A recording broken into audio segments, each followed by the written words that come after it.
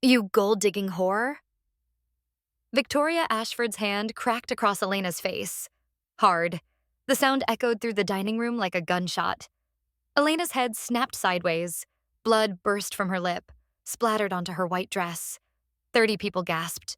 Forks clattered onto plates. You trapped my son! Victoria's voice shook with rage. You're nothing. A nobody. Get out of my house. Elena touched her bleeding mouth, smiled. Blood stained her teeth red. You have no idea who you just hit. Victoria's face went white. Because in 72 hours, that slap would cost Victoria Ashford everything. Her fortune, her reputation, her family, her entire world. And it all started now. Subscribe and watch this billionaire destroy herself. Comment your city below. Let's see how far karma travels. You won't believe what happens next.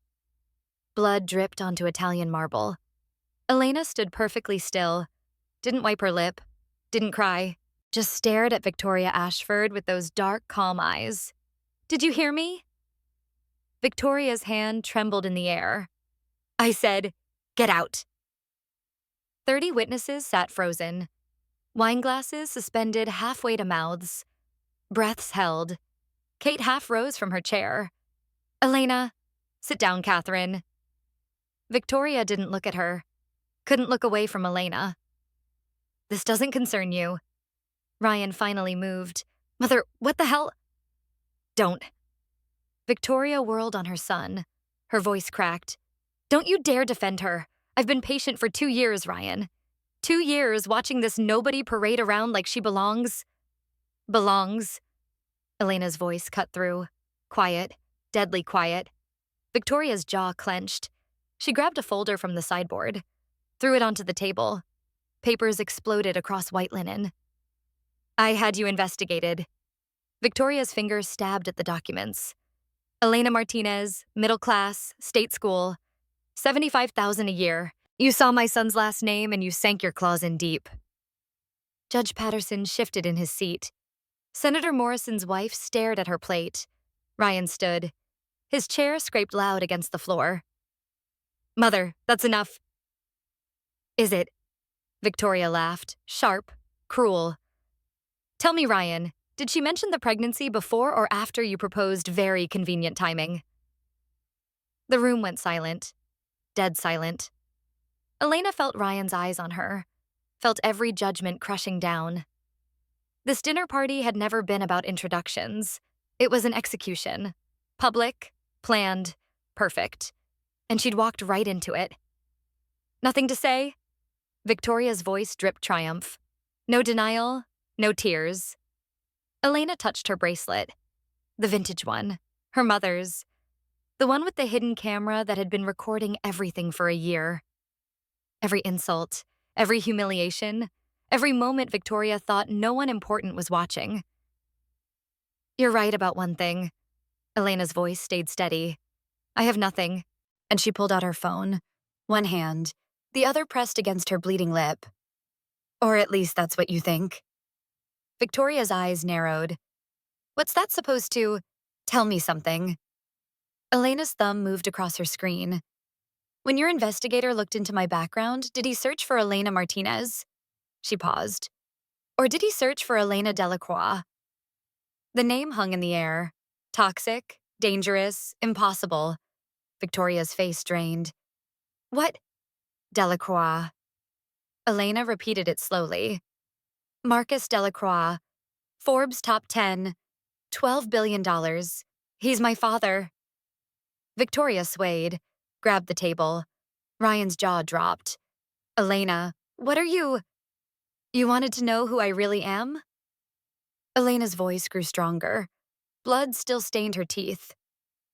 I'm the woman who walked away from a trust fund at 18 odds. She took a breath. I changed my name to my mother's maiden name. Wanted to live normal. Wanted to see who'd value me for myself. She looked at Ryan. Her composure cracked. Just slightly. I met your son in a bookstore. He wore jeans and a t-shirt. We talked about philosophy for 3 hours. Didn't mention money once. Elena. Ryan's voice broke. Don't. She held up her hand. I gave you 100 chances. 100 moments to tell your mother to stop, that her cruelty was unacceptable, that I was your wife and you wouldn't tolerate this. Kate was crying now, mascara running down her face. Other guests pulled out phones, fingers flying, Googling, searching, eyes widening. Victoria found her voice strangled, desperate. You're lying. If you were Marcus Delacroix's daughter, why would you live like, like a normal person? Elena finished. Because I wanted to see who would love me when I was nobody, who'd treat me with respect when I couldn't offer them anything but myself. She looked around the table, all those faces that had sneered at her an hour ago. Judge Patterson made jokes about her quaint dress. Senator Morrison's wife asked if Elena got her job through affirmative action. The Whitley twins laughed at every one of Victoria's backhanded comments. I wanted to know who had character. Elena's voice hardened. Who had integrity. Who believed a person's worth wasn't measured by their bank account. She locked eyes with Victoria. And you showed me exactly who you are. Not just tonight. For 2 years, every backhanded compliment, every dismissive comment, every time you made me feel small and worthless and beneath your notice. Victoria's hand gripped the table, knuckles white. I didn't know. That's the point. Elena's voice rose for the first time, rang through the room like a bell. You should treat everyone with respect. You shouldn't need to know someone's net worth before you decide they deserve basic human dignity. Her bracelet chimed, soft, clear, perfect timing.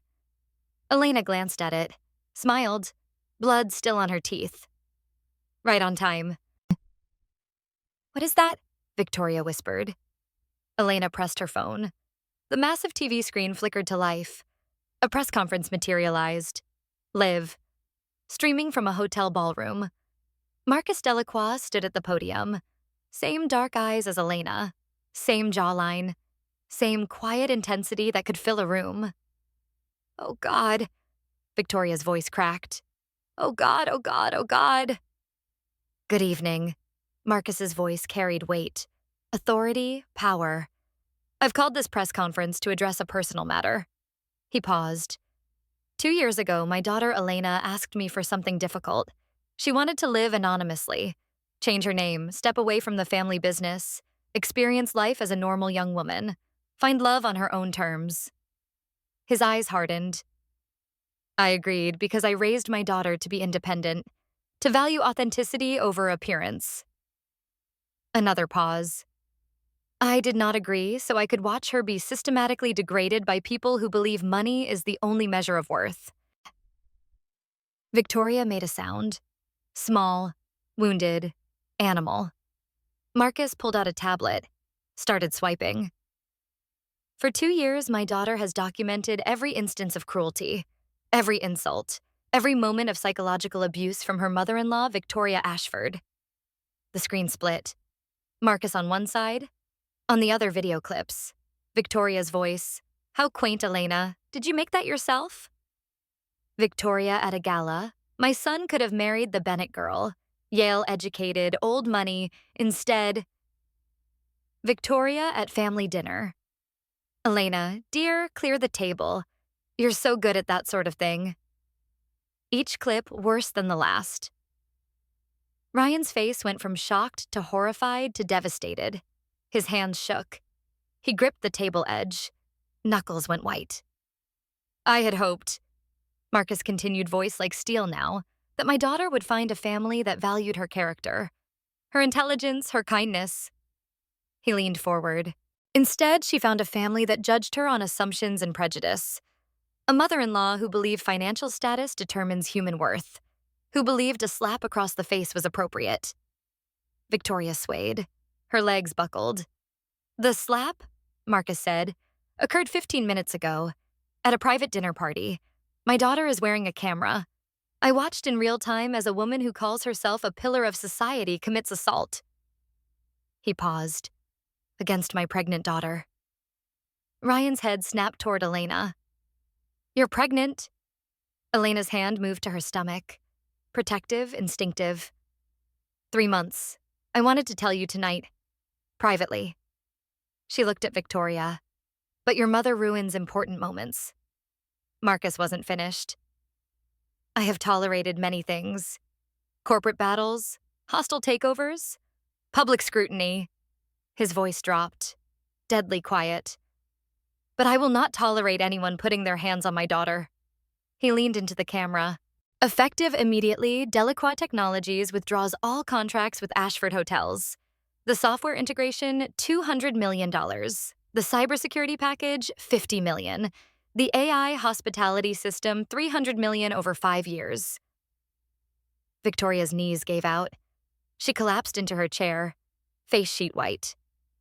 Additionally, Marcus smiled, cold, sharp.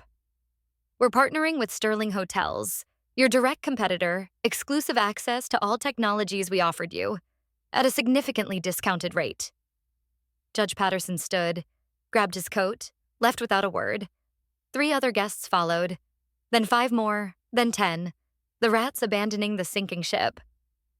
But beyond business consequences, Marcus said, emotion cracking through now. I want to make something clear. He held up a photograph. Elena's wedding photo. Simple dress, radiant smile. This is my daughter on her wedding day. She chose a small ceremony, chose simplicity over extravagance, authenticity over show. His voice roughened. And do you know what I saw when I sat in the back of that courthouse? He paused, swallowed hard. I saw the strongest, most courageous person I've ever known, because it takes no courage to be kind when you're wearing diamonds.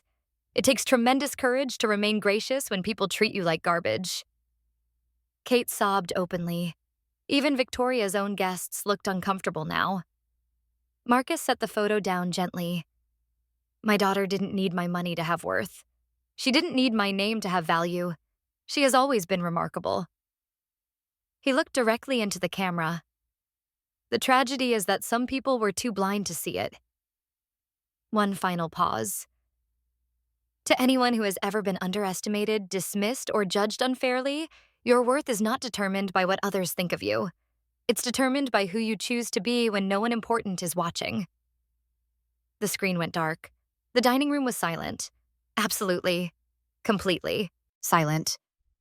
Elena stood slowly, still holding her bleeding lip, her voice steady, clear. I didn't want this. She looked around the room, at the empty chairs, the abandoned plates, the shattered crystal. I wanted to be part of a family. I wanted to believe love could bridge any gap, that kindness could overcome prejudice. She looked at Ryan. Tears filled her eyes now. I wanted to believe you would protect me. Elena, please. Ryan reached for her. His hand trembled. Don't. She stepped back. You had 2 years to stand up for me, to tell your mother her behavior was unacceptable, to be the man I thought you were. I was trying to keep the peace. There is no peace without respect, Ryan. Her voice cracked, only suffering and silence. She grabbed her purse, hands shaking now, adrenaline finally catching up. Kate, we're leaving. Kate stood immediately, wiped her tears. Victoria finally found her voice, desperate, broken. Elena, wait, please. I didn't know. You didn't need to know? Elena whirled on her. Real anger blazed in her eyes now. Hot, pure, justified. That's what you don't understand. You should treat the janitor with the same respect you treat a billionaire. You should value the waitress as much as the senator. She took a shaking breath. Basic human decency shouldn't require a background check. Her chest heaved. But you taught me something valuable tonight, Victoria.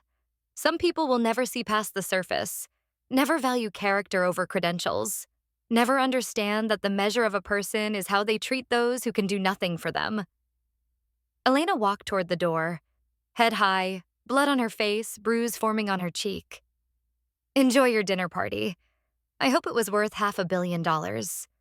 Ryan followed her into the hallway. Elena, please, we can fix this. She stopped, turned. In the hallway light, the bruise looked worse, darker, angrier. Can we? Her voice was quiet now, exhausted. Can you unhear what your mother said? Unsee the moments you stood silent while she tore me apart? Unfeel the relief you showed every time you chose her comfort over my dignity? I love you. Love without courage is just words, Ryan. Her voice broke completely. I needed you to be brave for me, for us, for our child. She touched her stomach. And you weren't.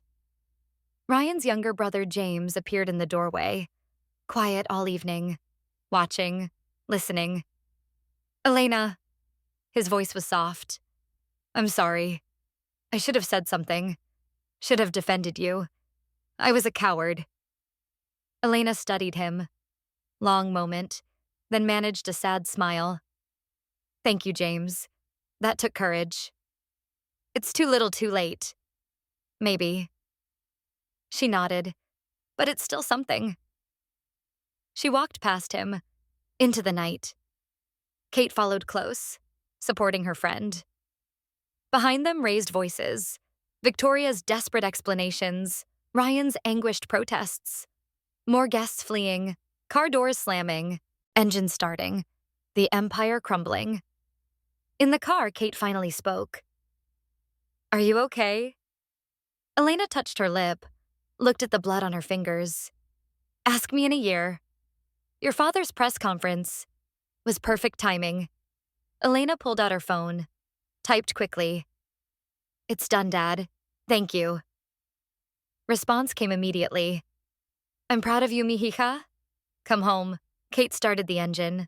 Didn't pull out yet. Do you think Ryan will come after you? Probably. Elena leaned her head back, closed her eyes. But I'm done fighting for someone who won't fight for me. And the baby. Elena's hand moved to her stomach. Protective, loving. The baby will know their grandfather. Will know their Aunt Kate. Will know what it means to have a family that actually values them. She opened her eyes, looked back at the mansion. Lights blazing, shadows moving frantically behind expensive curtains. And they'll never ever learn that money is more important than character. And Kitty pulled out of the driveway. Neither of them looked back. Inside it, Ryan stood in the dining room, watching the last guests flee like cockroaches when lights turn on. Victoria sat collapsed in her chair, face buried in her hands, shoulders shaking. Do you understand what you've done? Ryan's voice was hollow. Empty. Dead. Victoria looked up. Mascara rivers down her face. I was trying to protect you. Protect me? Ryan laughed. Bitter. Broken. You just cost this family $500 million. You assaulted a pregnant woman. And you drove away the only person who ever loved me for myself. He stared at her. Not for my last name. For me. I didn't know she was... It shouldn't matter. Ryan slammed his hand on the table. Victoria jumped. That's what Elena was trying to show us. That's what this was all about. She wanted to know if we were good people, if we had integrity, if we could see value in someone without a pedigree. He looked at his mother like he was seeing her for the first time. And we failed. His voice dropped to a whisper. I failed. James appeared in the doorway, face grim, phone pressed to his ear. He lowered it. News outlets, business partners. The board wants an emergency meeting. Stock's already dropping. Victoria made a small sound. Broken. Defeated. Ryan turned toward the door, grabbed his coat. Where are you going? Victoria called after him. He paused. Back to her. To try to fix the biggest mistake of my life. His voice cracked. If she'll even talk to me. He left. James followed. Victoria sat alone in her destroyed dining room. Blood stained the floor. Broken crystal everywhere. Empty chairs surrounding her like tombstones. The TV screen was dark now, but the weight of what had been broadcast lingered. Heavy. Suffocating. Permanent. Victoria Ashford had spent 60 years building her reputation. Queen of high society. Pillar of the community. Untouchable. Now she sat in the ruins, and for the first time in her life she understood. Some prices are too high. Some mistakes can never be undone. Some slaps destroy more than just the person they hit. They destroy everything. Her phone buzzed. News alert. Breaking Delacroix Technologies cuts. Ties with Ashford Hotels. Stock plummets 40%. Another buzz. Video billionaire's daughter assaulted by mother-in-law. Millions of views in minutes. Another. Society matriarch Victoria Ashford under fire for assault classism. Another. Another. The phone kept buzzing. Victoria dropped it, put her head in her hands, and finally understood what it meant to lose everything. 3 hours after the slap heard around the internet, Elena sat in her childhood bedroom at her father's estate. The same room she'd left at 18. Same pale blue walls. Same bookshelf crammed with engineering textbooks and philosophy books. Different woman sitting on the bed. Kate pressed a cold compress against Elena's swollen cheek. Does it hurt? Everything hurts. Elena winced. Not from the bruise. From something deeper. Marcus appeared in the doorway. Didn't knock. Never knocked. Just stood there looking at his daughter with eyes that had seen her grow from a baby into a warrior. The lawyers are here. His voice was gentle. Too gentle. They need your statement. The recordings. Everything. Elena nodded. Touched her stomach without thinking. A habit she'd developed over the past 3 months. Protective. Instinctive. Marcus saw it. His jaw tightened. I should have ended this a year ago, when she first started. No. Elena cut him off. I needed to know. Know what? If Ryan would choose me. Her voice cracked. If love was enough. Marcus crossed the room, sat beside her on the bed, put his arm around her shoulders like he did when she was small. Love is never enough without courage, mihija. Elena leaned into him, started crying, really crying now. Not the controlled tears from the car, not the dignified composure she'd maintained through everything, just broken, exhausted sobs.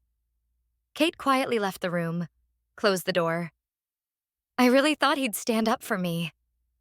Elena's words came out muffled against her father's shoulder. I kept waiting, kept giving him chances, kept thinking next time he'll say something. I know. I was so stupid. No. Marcus pulled back, looked her in the eyes. You were brave and hopeful and kind. Those aren't weaknesses. They feel like weaknesses right now. Marcus wiped her tears with his thumb, same way he did when she fell off her bike at 7, when her mother died at 15, when she told him she was changing her name at 18. Come downstairs when you're ready. The lawyers can wait. He stood, stopped at the door, turned back. Ryan's been calling, texting. He's outside the gate. Elena's breath caught. What? Security won't let him in without your permission. Marcus's voice was neutral, carefully neutral. What do you want me to do? Elena's phone buzzed. She looked at it. 17 missed calls from Ryan, 43 text messages, 6 voicemails. Her hand shook as she opened the texts. Please talk to me. I'm so sorry I'm at your dad's gate. Please. Elena, I need to explain. I love you, please. The last one came 2 minutes ago. I'm not leaving until you talk to me. Elena looked at her father. Tell security to let him in. Marcus's eyebrows rose. Are you sure? No. Elena stood, wiped her face, but I need to hear what he has to say. You don't owe him anything. I know. She touched her stomach again. But our baby deserves to know I tried. 5 minutes later, Ryan stood in the foyer. He looked like he'd aged 10 years, hair disheveled, tie loose, eyes red and swollen. Elena stood at the top of the stairs, looked down at him. For a long moment, neither spoke. Then Ryan's voice broke the silence. Your face is bruised because your mother hit me. Elena's voice was flat, empty. I believe you were there. Elena, please. Why are you here, Ryan? He took a step forward, stopped when she tensed. To apologize. To explain. To explain. Elena descended the stairs slowly, each step deliberate. Explain what? That you stood silent while your mother verbally abused me for 2 years, that you watched her slap me tonight and did nothing, that you chose her comfort over my dignity every single time. I was trying to keep the peace. There's that phrase again. Elena reached the bottom of the stairs, stood 5 feet away from him, close enough to see the desperation in his eyes, far enough to keep herself safe. Do you know what that phrase really means, Ryan? It means you were trying to keep yourself comfortable. Peace for you, not for me. Ryan's hands clenched and unclenched. I was scared. Of what? Of losing my family? His voice rose, cracked. My mother is she's difficult, she's controlling. I thought if I just waited, if I just kept smoothing things over, she'd eventually come around. She slapped me, Ryan.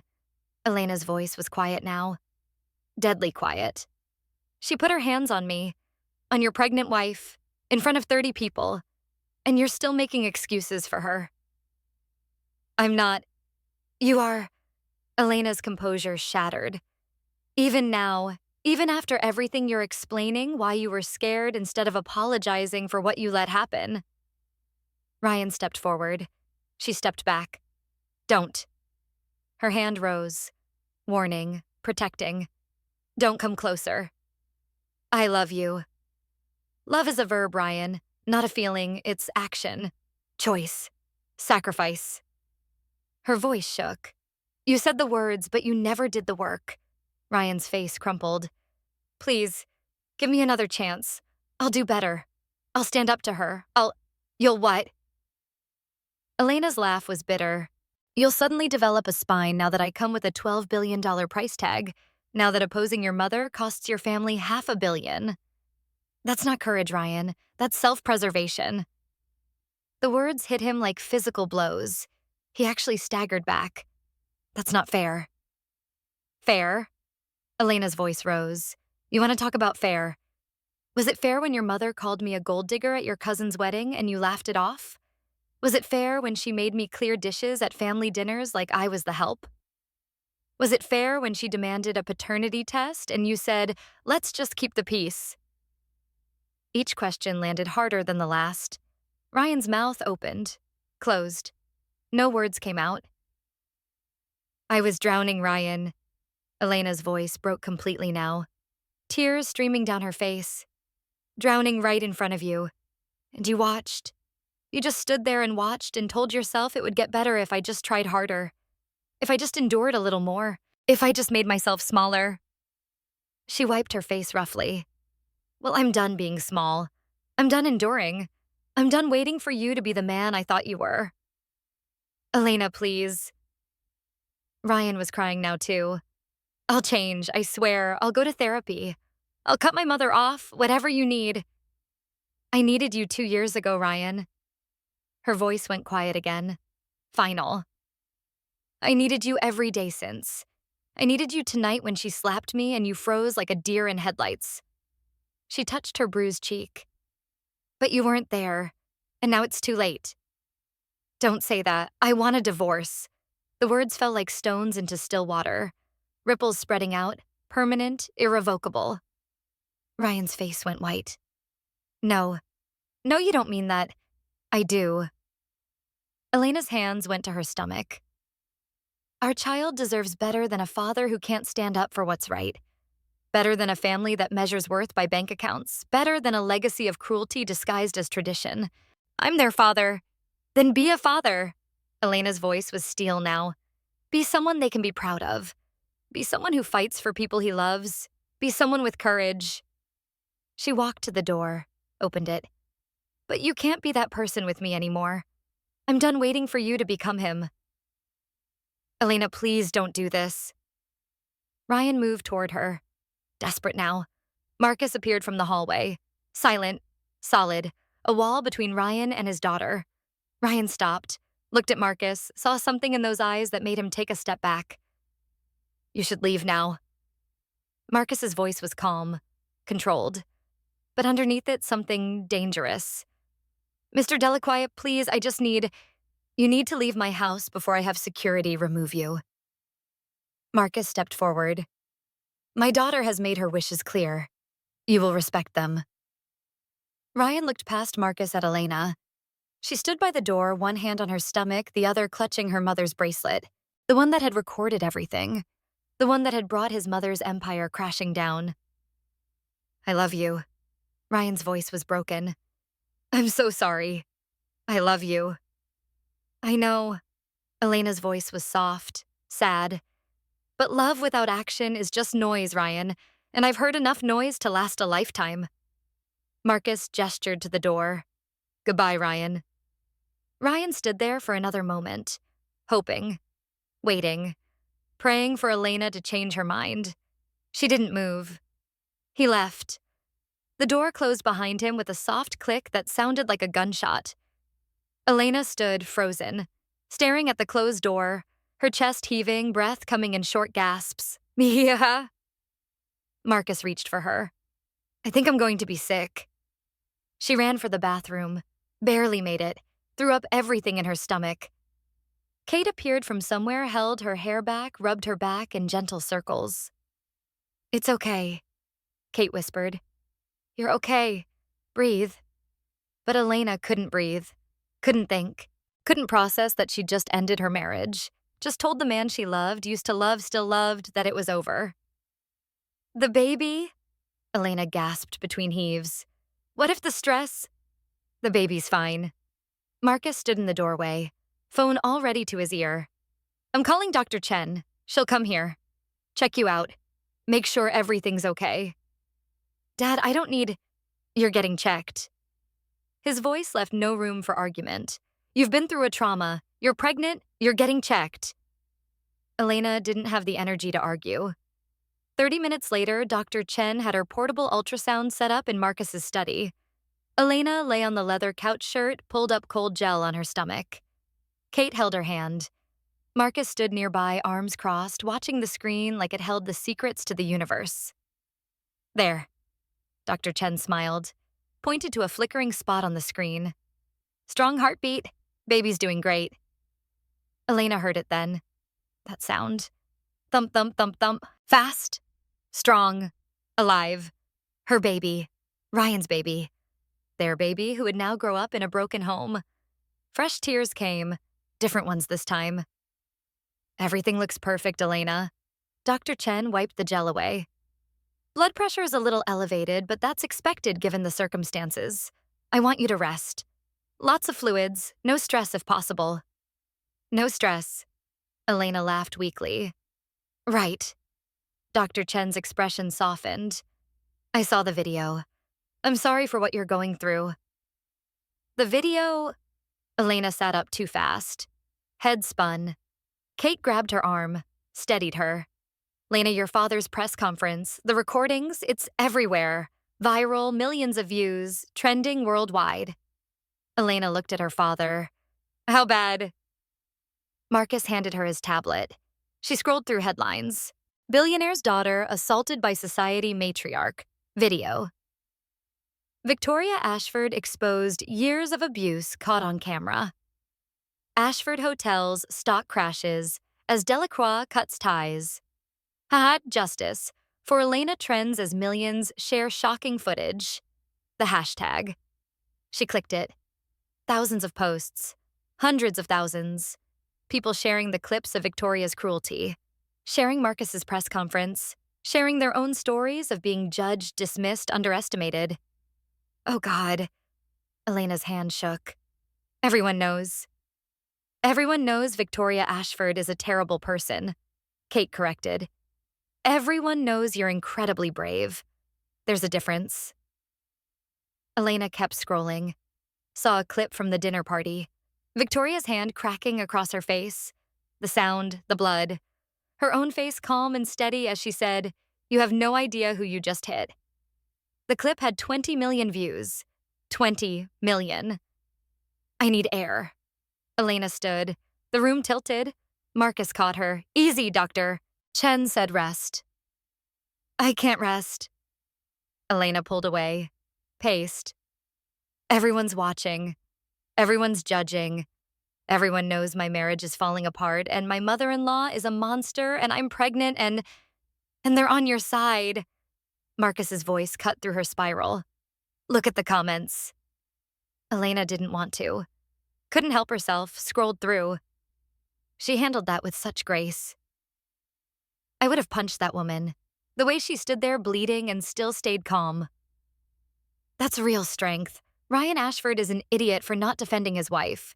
She deserves so much better. Victoria Ashford needs to be in jail. That was assault on camera. And Thierry, Team Elena all the way. That woman is a queen.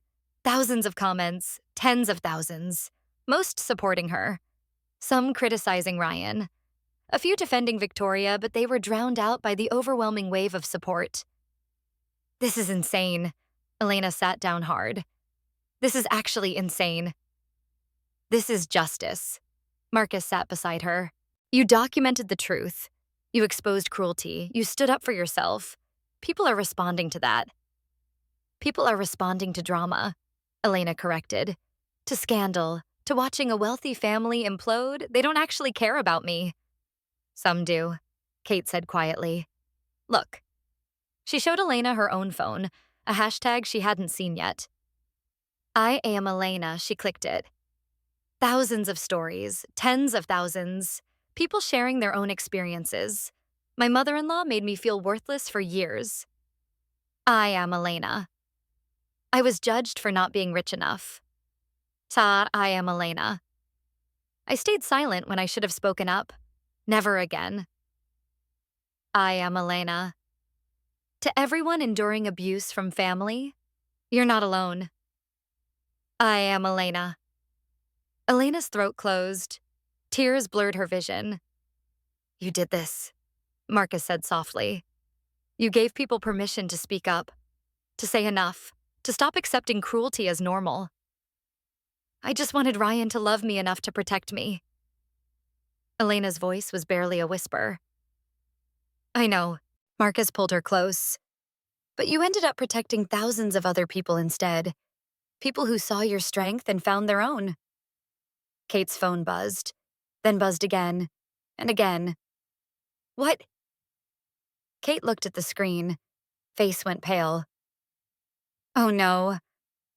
What? Elena sat up. What is it? Kate showed her the phone. A new headline, posted 3 minutes ago. Victoria Ashford hospitalized after apparent breakdown. Elena's stomach dropped. What? Marcus grabbed his own phone. Started reading. According to witnesses, Victoria Ashford was taken by ambulance from her home approximately 1 hour ago. Family spokesperson says she's under medical observation. No other details at this time. Is she? Elena couldn't finish the sentence. I don't know. Marcus was already dialing. Let me call the hospital. I have contacts there. He left the room. Phone pressed to his ear. Elena sat frozen. Kate beside her. Both staring at nothing. This is my fault, Elena whispered. No. I destroyed her. The press conference, the videos, the contracts. I destroyed her and now she destroyed herself. Kate grabbed Elena's shoulders, forced eye contact. She spent 2 years being cruel. She slapped you. She assaulted a pregnant woman on camera. You didn't do this, Elena. She did. But I could have handled it privately. Could have just left. Could have stayed silent while she continued to abuse people. Kate's voice was fierce. Could have let her get away with treating you like garbage. Could have taught your child that sometimes you have to accept cruelty from powerful people. Elena's breath hitched. You did the right thing, Kate continued. Even if it's hard, even if it hurts, even if the consequences are bigger than you expected, you did the right thing. Marcus returned, face grim. She's stable. Anxiety attack. Severe. They're keeping her overnight for observation. Elena started to stand. No, and Marcus's hand on her shoulder. Gentle but firm. You should not go to that hospital. You should not apologize. You should not take responsibility for her breakdown. But nothing. His voice was steel. She assaulted you, Elena. She spent 2 years systematically tearing you down. She slapped you hard enough to split your lip and you're worried about her? Elena's hands shook. I don't want to be cruel. Protecting yourself isn't cruelty. Marcus knelt in front of her, eye level. Setting boundaries isn't cruelty. Demanding respect isn't cruelty. What Victoria did to you, that was cruelty. His phone buzzed. He glanced at it. Expression darkened. What now? Elena almost didn't want to know. James Ashford wants to meet with you. Elena blinked. Ryan's brother says he has information you need to hear. About Victoria. About the family. About things that have been hidden for a long time. Kate leaned forward. That sounds like a trap. Maybe. That Marcus studied his phone. Or maybe James is finally ready to tell the truth. James Ashford arrived at Marcus's estate exactly 1 hour later. No entourage, no lawyer. Just him in a wrinkled suit that looked like he'd been wearing it for days. Elena watched from the study window as security let him through the gate. Her stomach twisted. Last time she'd seen James, he'd been sitting at that dinner table, watching, silent. Another person who hadn't stood up for her, except he'd apologized, in the hallway, while everyone else ran. I don't trust him, Kate said from behind her. Neither do I. Elena turned from the window. But I want to hear what he has to say. Marcus stood by the door, arms crossed, every inch the protective father. I'll be right here. You want him gone, say the word. James entered the study like he was walking into a courtroom, nervous, guilty, carrying a leather messenger bag that looked old and worn. Elena. He stopped 3 feet away, kept his distance. Thank you for seeing me. I haven't decided if I should have. Elena remained standing, didn't offer him a seat. What do you want, James? To give you something. He set the messenger bag on Marcus's desk, hands shaking slightly. Something you need to see. Something about my mother that I should have shown someone years ago. Elena's pulse quickened. What is it? James unzipped the bag, pulled out a thick accordion folder. Papers. So many papers. Old, yellowed. Some looked like they'd been hidden for decades. My mother wasn't always like this. James's voice was quiet. When I was a kid, she was different. Kinder. Warmer. Then my father died and something in her broke. He pulled out a document, handed it to Elena. Her hands trembled as she took it. It was a medical record. From 23 years ago. Victoria Ashford's name at the top. Psychiatric evaluation. Elena looked up. Why are you showing me this? Because after my father died, my mother tried to kill herself. James's words fell like bombs. I was 9. Ryan was 12. We came home from school and found her unconscious. Pills everywhere. Kate gasped. Marcus moved closer to Elena. They saved her, James continued. Pumped her stomach. Kept her in psychiatric care for 3 months. Diagnosed her with severe depression and narcissistic personality disorder.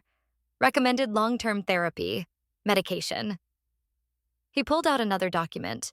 Prescription records, dated, detailed. She went to therapy for exactly 6 months. Then stopped. Said she was cured. Said she didn't need help anymore. Said the therapist was incompetent. Elena's hands shook harder. Did Ryan know about this? Ryan knows. James's voice was bitter now. He was there. He saw her in the hospital. Saw her struggle. And then he watched her refuse treatment and become someone else entirely. And he never told me. Elena's voice was hollow. He told himself she was better. That time healed her. That if he just kept the peace, if he just managed her moods, if he just protected her from stress, she'd stay stable. James laughed. No humor in it. But she wasn't stable. She was just untreated. And every year she got worse. He pulled out more papers, emails, text messages, printed conversations. She drove away my father's sister, accused her of trying to steal family money. Aunt Marie hasn't spoken to us in 15 years. Another document. She destroyed my father's business partner, man named Gerald Hayes. Sound familiar? Elena's breath caught. Hayes, as in Hayes Technologies, your father's friend, The man Victoria ruined before she ruined you. James's eyes were hard now. My mother has a pattern. She finds people she perceives as threats, people who might challenge her control, and she destroys them systematically, methodically, completely. Marcus took the papers from Elena's shaking hands, started reading. His face went pale. This is documentation of at least 15 different people over 20 years. Marcus's voice was tight, controlled. Business rivals, family members, anyone who crossed her or questioned her or simply existed in a way that made her uncomfortable. She's sick. James's voice cracked. I'm not excusing what she did to you, Elena. Not for a second. But she's sick and she's been sick for decades and no one did anything because she's wealthy and powerful and good at hiding it. Elena sat down hard. Her legs wouldn't hold her anymore. Why are you telling me this now? Because I watched her slap you and I realized I'd become exactly like Ryan. Silent, complicit, telling myself it wasn't my responsibility to fix her. James knelt in front of Elena, eye level. But it is my responsibility. She's my mother. I should have gotten her help years ago. Should have staged an intervention. Should have done something other than watch her hurt people. Tears ran down his face now. I'm so sorry. I'm sorry I didn't defend you. I'm sorry I let her treat you like that. I'm sorry I was a coward. Elena looked at this man boy, really barely 24 years old, crying on his knees in front of her, carrying guilt that wasn't entirely his to carry. Why now? Her voice was soft. Why not before the dinner party, before the slap, before any of this went public? James wiped his face roughly. Because I'm a coward. I told you that in the hallway. I was always a coward. But watching that video, watching millions of people see what I'd been watching for years and doing nothing about, I couldn't anymore. He stood, pulled out one more document, this one newer, a legal form. I went to the Ashford Hotel's board this morning, told them everything, showed them these records, convinced them that my mother needs to step down permanently, not just temporarily, permanently. Elena took the document, read it.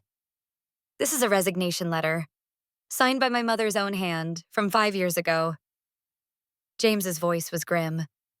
She wrote it during one of her episodes, said if she ever became a danger to the company or the family, it should be used.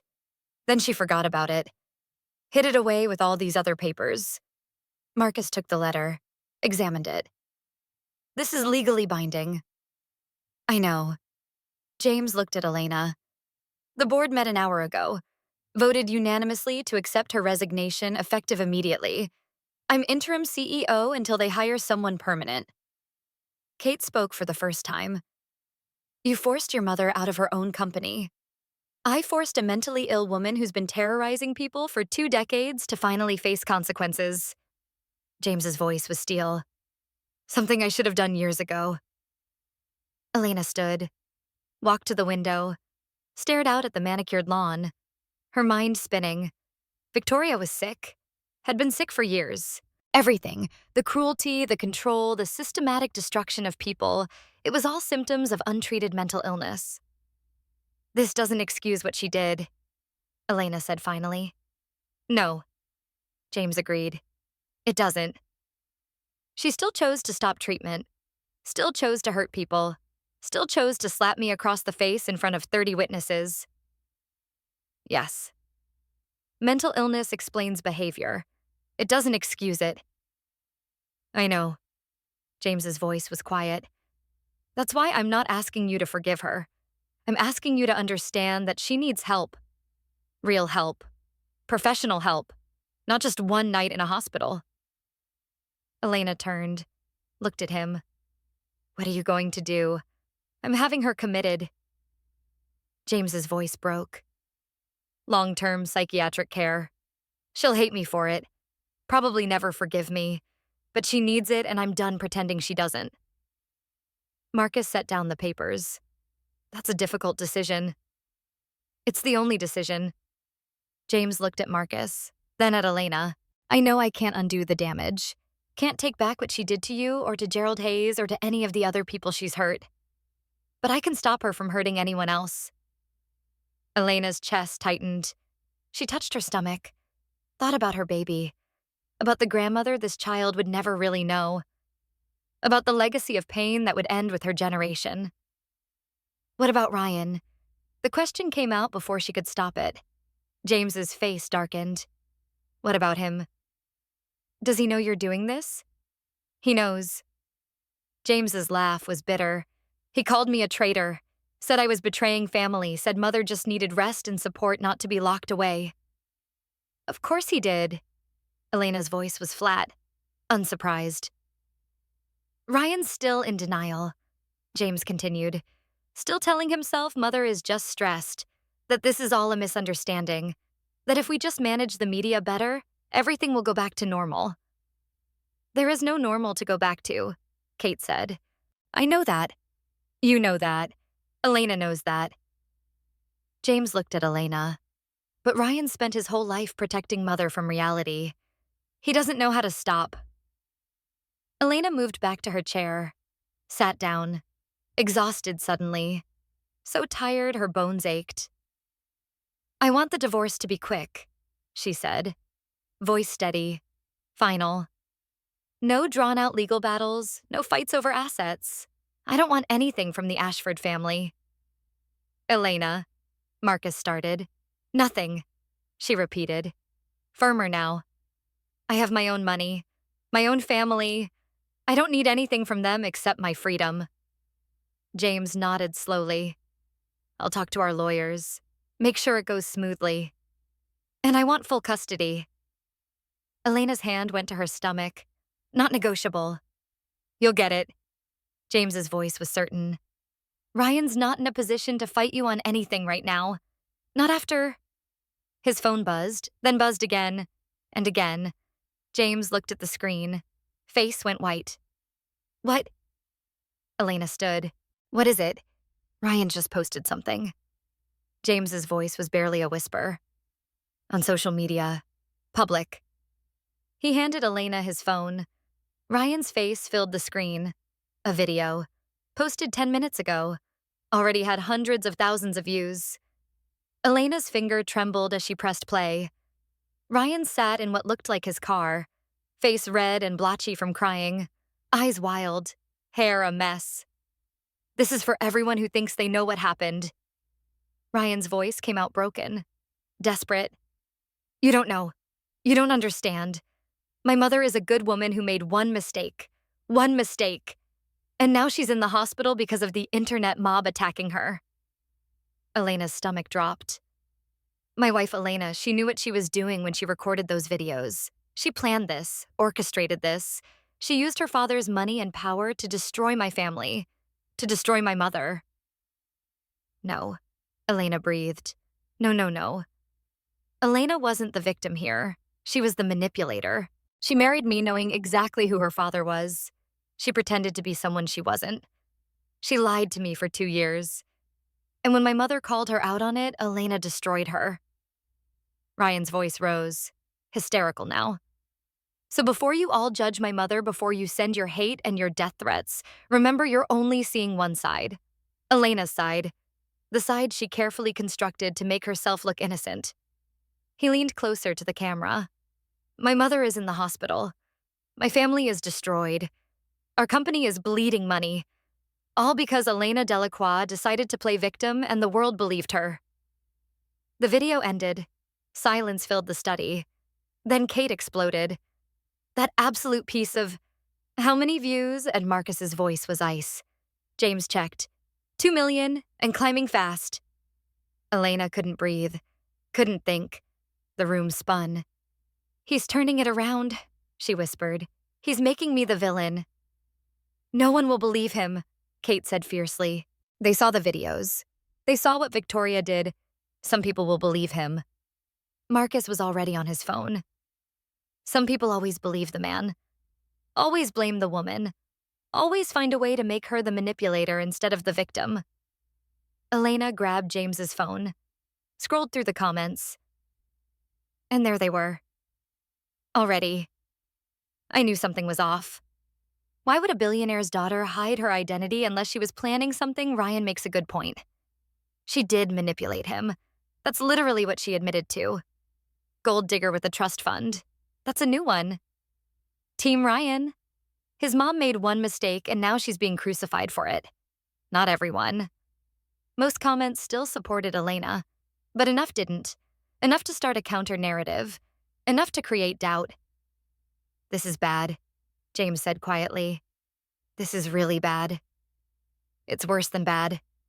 Marcus was typing furiously. He's committed defamation, slander. We can sue. No. Elena set down the hand shaking so hard she nearly dropped it. No lawsuits, no more fighting. Elena, I'm done. Her voice cracked. I'm done fighting. I'm done with the videos and the press conferences and the public battles. I just want it to be over. But he's lying about you. Kate grabbed her shoulders.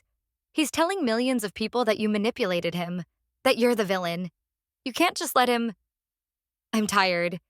Elena's voice rose, broke, shattered. I'm so tired, Kate. I'm pregnant and traumatized, and my face is still bruised from where my mother-in-law hit me, and now my husband is telling the world I'm a manipulative liar, and I'm just. She couldn't finish. Started sobbing. Great heaving sobs that shook her whole body. Kate pulled her close.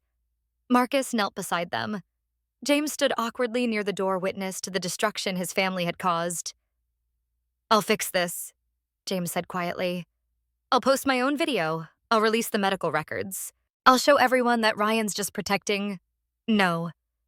Elena pulled away from Kate, wiped her face. No more videos. No more documents. No more public battles. She stood, steadied herself. I'm going to do something radical. I'm going to be silent. Marcus's eyes widened. Elena. The truth is already out there, Dad. The videos exist. The recordings exist. People have already made up their minds. Fighting with Ryan publicly will just give this story more life, more drama, more attention. She touched her stomach. And I need to protect my baby.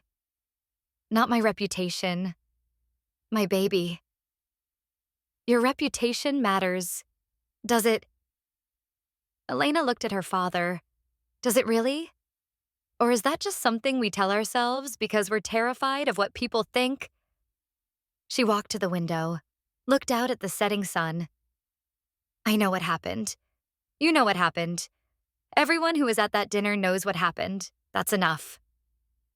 But Ryan's lying. Kate tried again. Let him lie. Elena's voice was calm now. Resolved. Let him tell whatever story he needs to tell to live with himself. I don't need to control his narrative. I just need to build my own life away from all of this. She turned back to them. I want the divorce papers filed tomorrow. I want to change my name back to Delacroix. I want to move forward. James stepped forward. Elena, I know you're hurt and angry, but strategically, I don't care about strategy. Her voice rose again. I don't care about optics or public opinion or winning some battle for hearts and minds on the internet. I care about my baby having a peaceful environment to grow up in, and that means stepping away from all of this. Marcus studied her. Long moment, then nodded slowly. Okay. Okay. Kate looked at him in disbelief. Just okay. Your daughter is being slandered online and she's handling it the way she needs to handle it. Marcus's voice was firm. Not the way I would handle it. Not the way any of you would handle it. The way she needs to. He looked at Elena with pride and pain mixed together. That's real strength. Not fighting every battle. Knowing which ones to walk away from. Elena's eyes filled with tears again. Thank you. James cleared his throat. For what it's worth, I think you're making the right choice. Ryan's video, it's desperate. People will see that eventually. Maybe. Elena shrugged. Maybe not. Either way, I'll be building something new. Something better. Somewhere else. She looked at James directly. Tell your mother I hope she gets the help she needs. Tell Ryan I'll sign whatever papers make this divorce easiest. and tell yourself that you did more than most people would do in your position. James's eyes reddened. It's not enough. It never is. Elena's voice was soft. But it's something, and something is better than nothing. He nodded, collected his papers, headed for the door, stopped. Elena. She turned. I'm sorry my family wasn't worthy of you. He left before she could respond. Kate moved to Elena's side, put an arm around her waist. You okay? No. Elena leaned into her friend. But I will be. Marcus's phone buzzed. He looked at it, frowned. Another problem? Elena asked tiredly. Maybe not. He showed her the screen. Sarah Chen from Tech Today wants an exclusive interview. Says she wants to tell the real story. Your story. In your own words? Elena took the phone, read the message. Elena. I know you're overwhelmed. I know you probably never want to speak publicly again, but I think you should tell your side properly. Not in viral clips or press conferences. In a long-form interview where you control the narrative. Where you can explain not just what happened, but why it matters. Think about it. No pressure. Sarah. She's good, Marcus said. Fair, honest, won't twist your words. I don't know, Elena started. Sleep on it, Kate suggested. You don't have to decide now. Elena nodded, handed back the phone, started to walk out of the study, then stopped, turned back. Actually, Dad, tell Sarah yes. Marcus's eyebrows rose. I thought you wanted silence. I do. But I also want my story told right. Once, completely, and then I'm done. Elena's voice was steady. One interview. I tell everything. What Victoria did, what Ryan didn't do, what I've learned. And then I walk away from all of it. She touched her stomach. My baby deserves to know the truth someday. Not the viral clips, not Ryan's version. The real truth. In my own words. Marcus smiled, proud. I'll set it up. Tomorrow, Elena said. I want it done tomorrow, before I lose my nerve. Tomorrow, Marcus agreed. Elena left the study. Kate followed. They climbed the stairs to Elena's old bedroom in silence. Only when the door closed did Kate speak. Are you sure about this? The interview? No. Elena sat on the bed, but I'm sure about wanting this chapter closed. And if one interview closes it, then that's what I'll do. Her phone buzzed. Another message from Ryan. Please call me, please. I'm sorry about the video. I was upset. I didn't mean it. Please just talk to me. Elena deleted it without responding, then blocked his number. Kate watched her. How does it feel? Like cutting off a limb. Elena's voice was hollow. But the limb was already dead. I'm just acknowledging it. She lay back on the bed, stared at the same ceiling she'd stared at as a teenager, when life was simpler, when love seemed pure and uncomplicated. I really thought he'd choose me, she whispered. Kate lay down beside her, took her hand. I know. I thought love was enough. It should have been. But it wasn't. No, Kate agreed softly. It wasn't. They lay there in silence as the sun set outside, as the world kept spinning, as millions of people formed opinions about a situation they didn't fully understand. And Elena made a promise to herself in that quiet moment.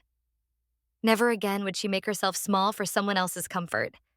Never again would she accept cruelty disguised as tradition. Never again would she wait for someone to choose her.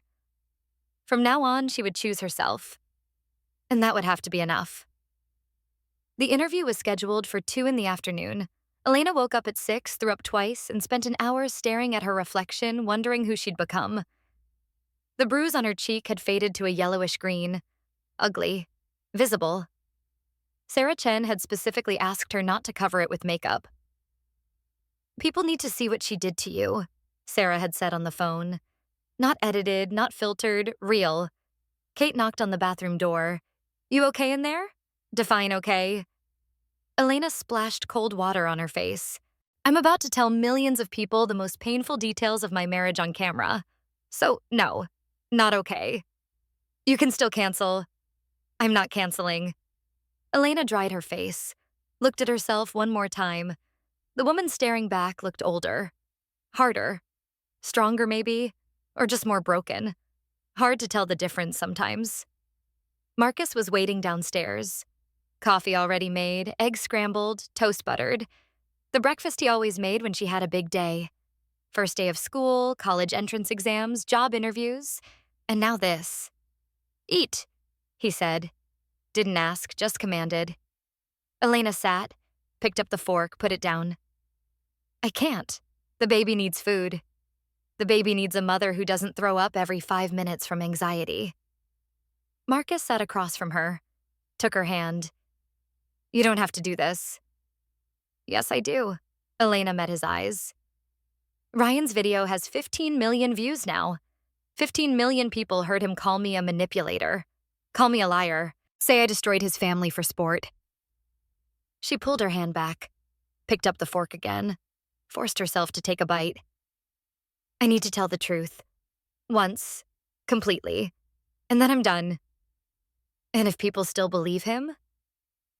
Elena swallowed. The eggs tasted like cardboard. Then they believe him.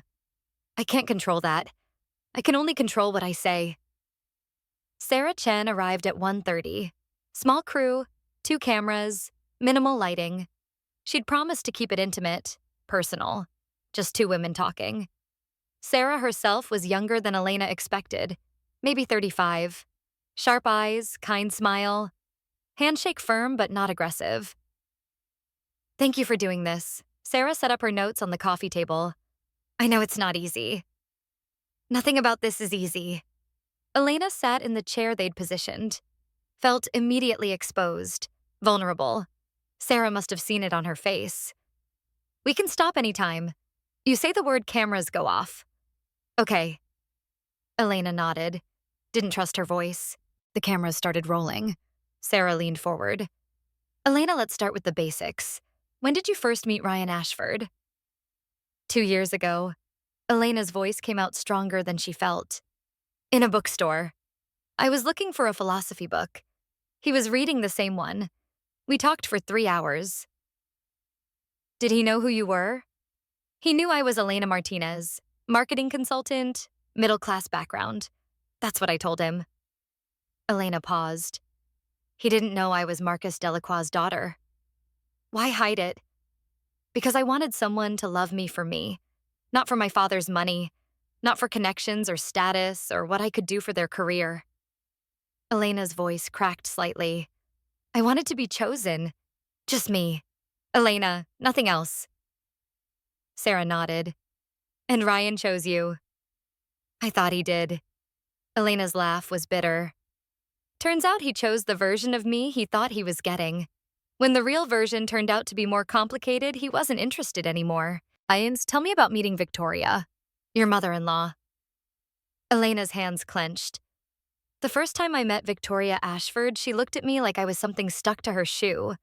She assessed my clothes, my hair, my jewelry, my car.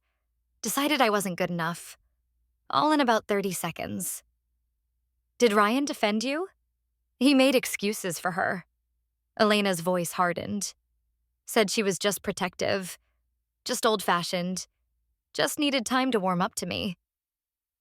Did she warm up to you? No, she got worse. Elena looked directly at the camera. For 2 years, Victoria Ashford made it her mission to make me feel worthless. At family dinners, she'd compare me to women Ryan dated before. At charity events, she'd introduce me as my son's wife with this pause that made it clear she wished I wasn't. She made comments about my education, my job, my family, my appearance, constant, relentless, cruel. Sarah's expression was carefully neutral, professional.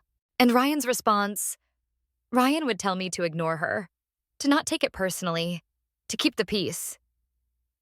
Elena's voice rose slightly. He'd say she didn't mean it the way it sounded, that I was being too sensitive, that if I just tried harder, she'd come around. But she never did. No, she investigated me instead. Elena pulled out her phone, showed the papers Victoria had thrown on the table. Hired a private investigator. Found out about my job, my education, my bank account, everything except the one thing that mattered: my real last name. Sarah leaned in. Why didn't your investigator find that connection? Because I was careful. Changed my name legally at 18, used my mother's maiden name, kept my distance from my father's business, built my own life completely separate from his. Elena set down the phone. I didn't want to be Marcus Delacroix's daughter. I wanted to be Elena. Just Elena. But Victoria couldn't accept Elena. No. Elena's voice was flat now, empty. Victoria couldn't accept anyone she perceived as beneath her. And in her mind, everyone was beneath her. Sarah pulled out a tablet. I want to show you something. After the dinner party video went viral, we received hundreds of messages from people who knew Victoria, who worked for her, who had their own stories. She showed Elena the screen, message after message. Victoria Ashford fired me for getting pregnant, said I was unprofessional. She destroyed my father's catering business because the soup was cold. One mistake. 15 years of reputation gone. I was her assistant for 6 months. She made me cry every single day. Elena's throat closed, reading them. How many? 347, Sarah said quietly. And counting. Elena, you weren't the only one. You were just the one who had the resources and courage to fight back. I didn't feel courageous. Elena wiped her eyes. I felt terrified, angry, desperate. Tell me about the dinner party, the night everything changed. Elena took a shaking breath. Victoria called it an intimate gathering. 30 guests, all her friends, her circle, people who thought like her, valued what she valued.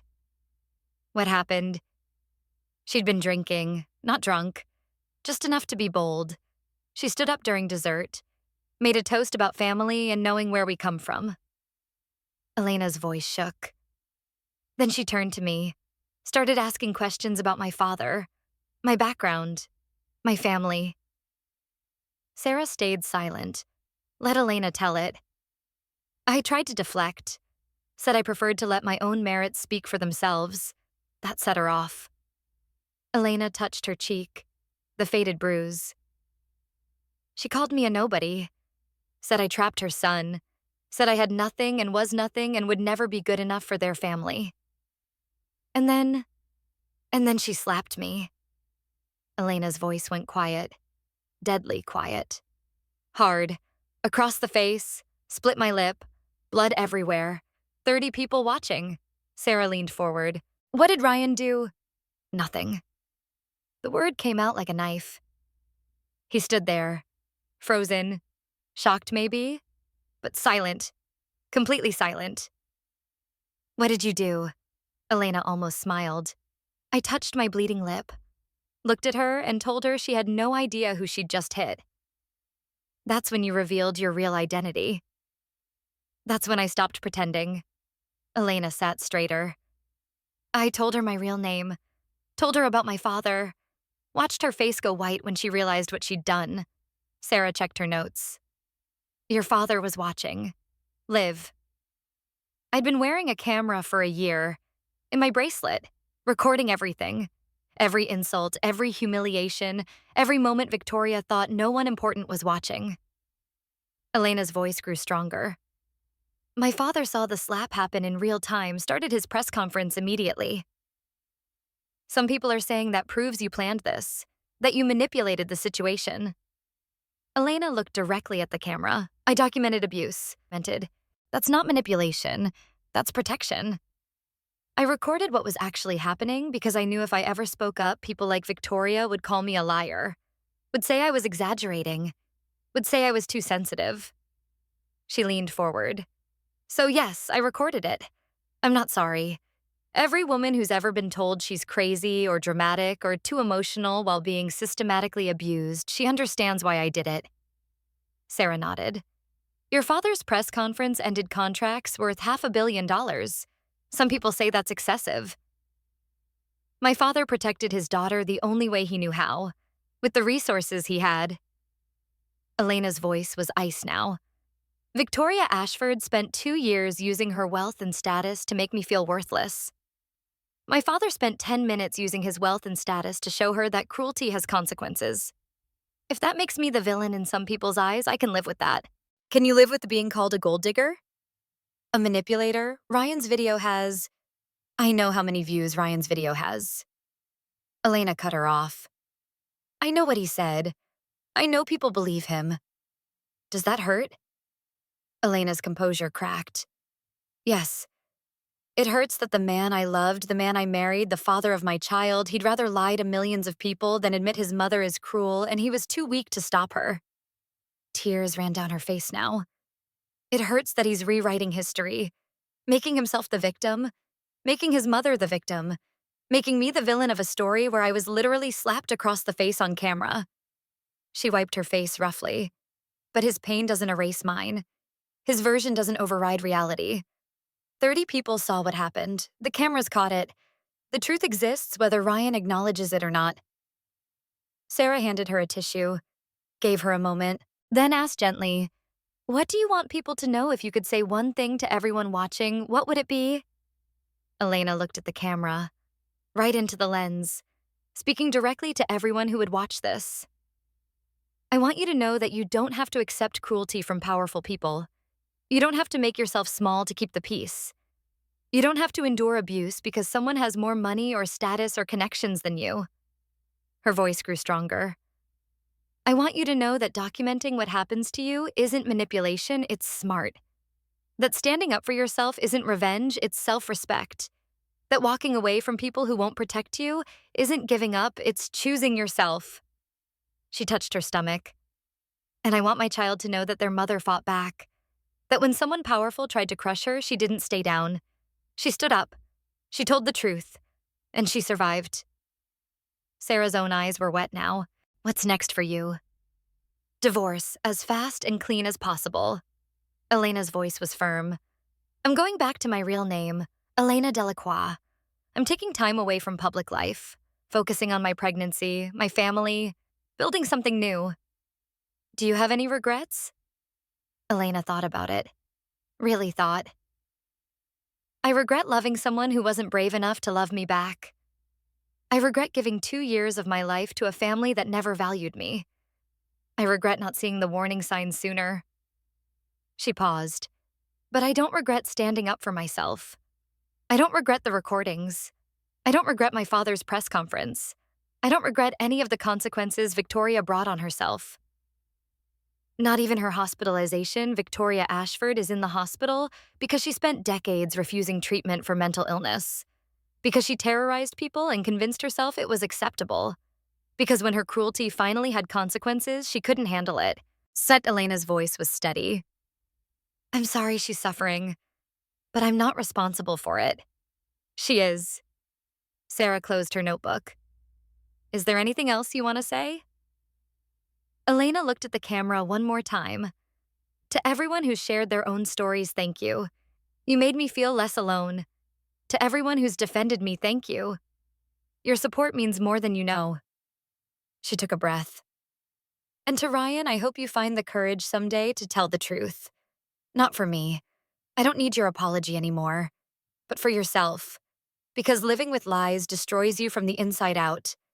I know. I did it for 2 years. The camera stopped rolling.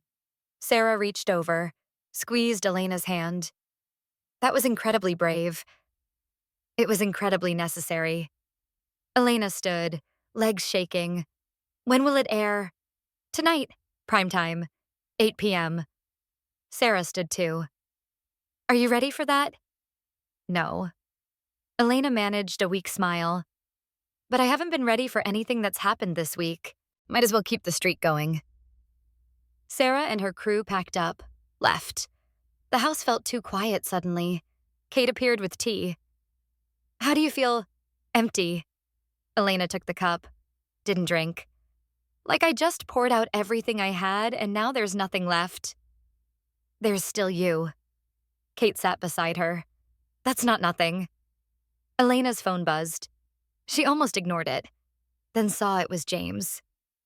You should know Victoria was released from the hospital this morning. Against medical advice. She's at the family estate. Alone. Refusing visitors. Elena showed Kate the message. Are you going to? Kate started. No. Elena set down the phone. I said everything I needed to say. She can process it or not. That's her choice. Another buzz, this time her father. The divorce papers are ready. Ryan's lawyer sent them over. He's agreeing to everything. Full custody, no alimony, clean break. Elena read it twice. Felt nothing.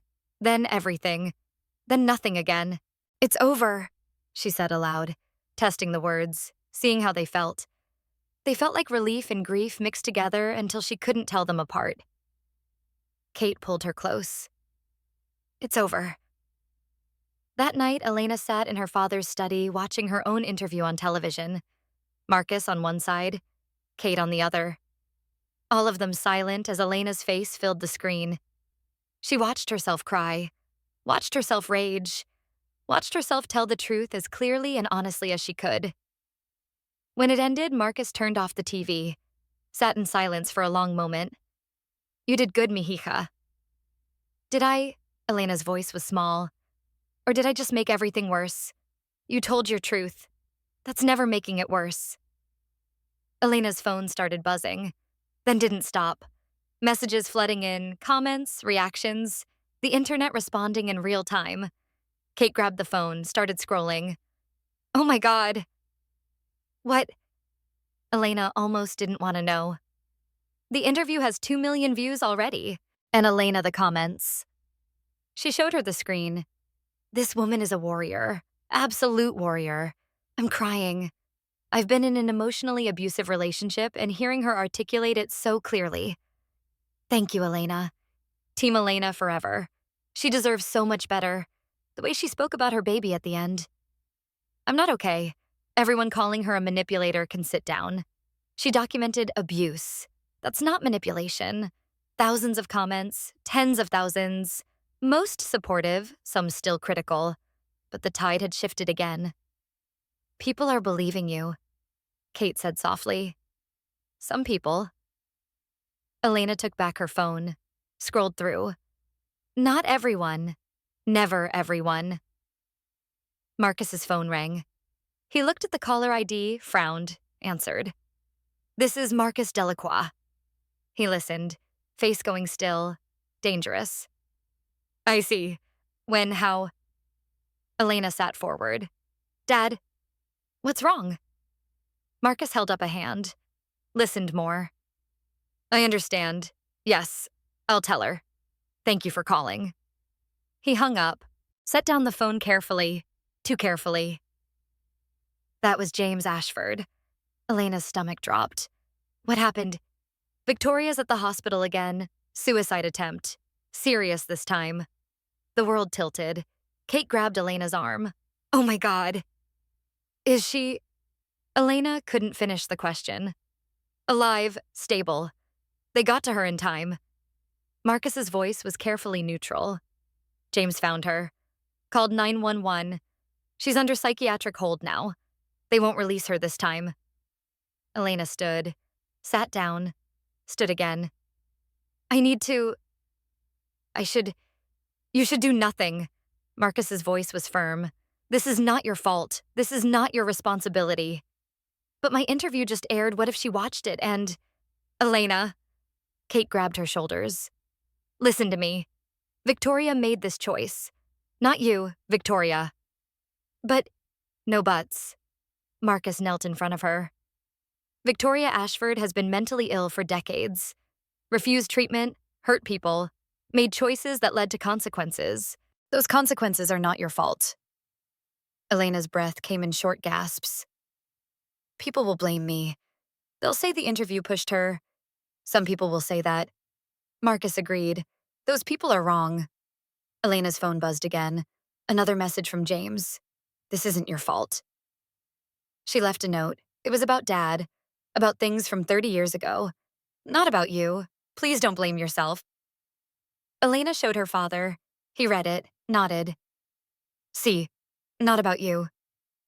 But the timing is coincidence, or it's Victoria finally facing decades of pain she refused to deal with. Either way, it's not because you told the truth. Marcus's voice was gentle but unyielding. You did nothing wrong, Elena. Nothing.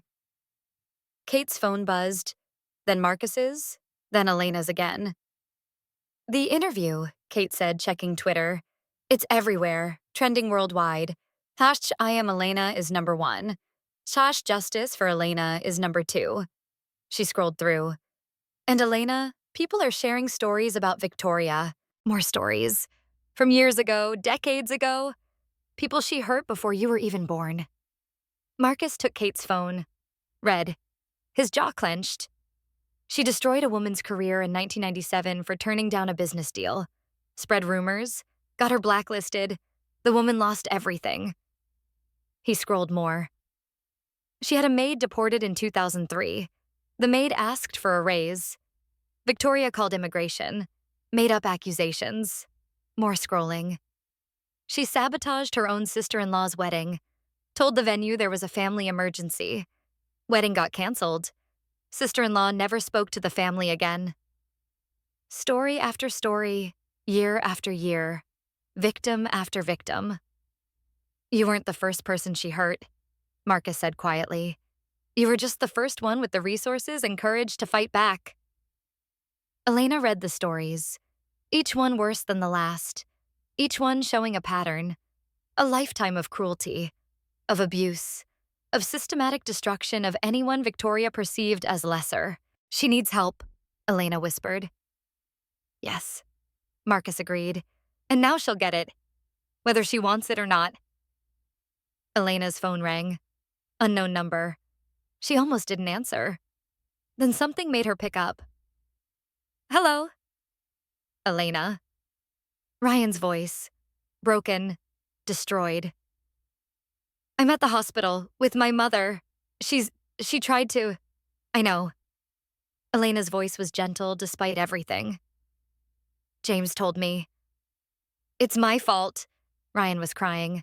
I posted that video. I called you a liar. I made everything worse. And she watched it and she. Ryan, stop. Elena's voice was firm.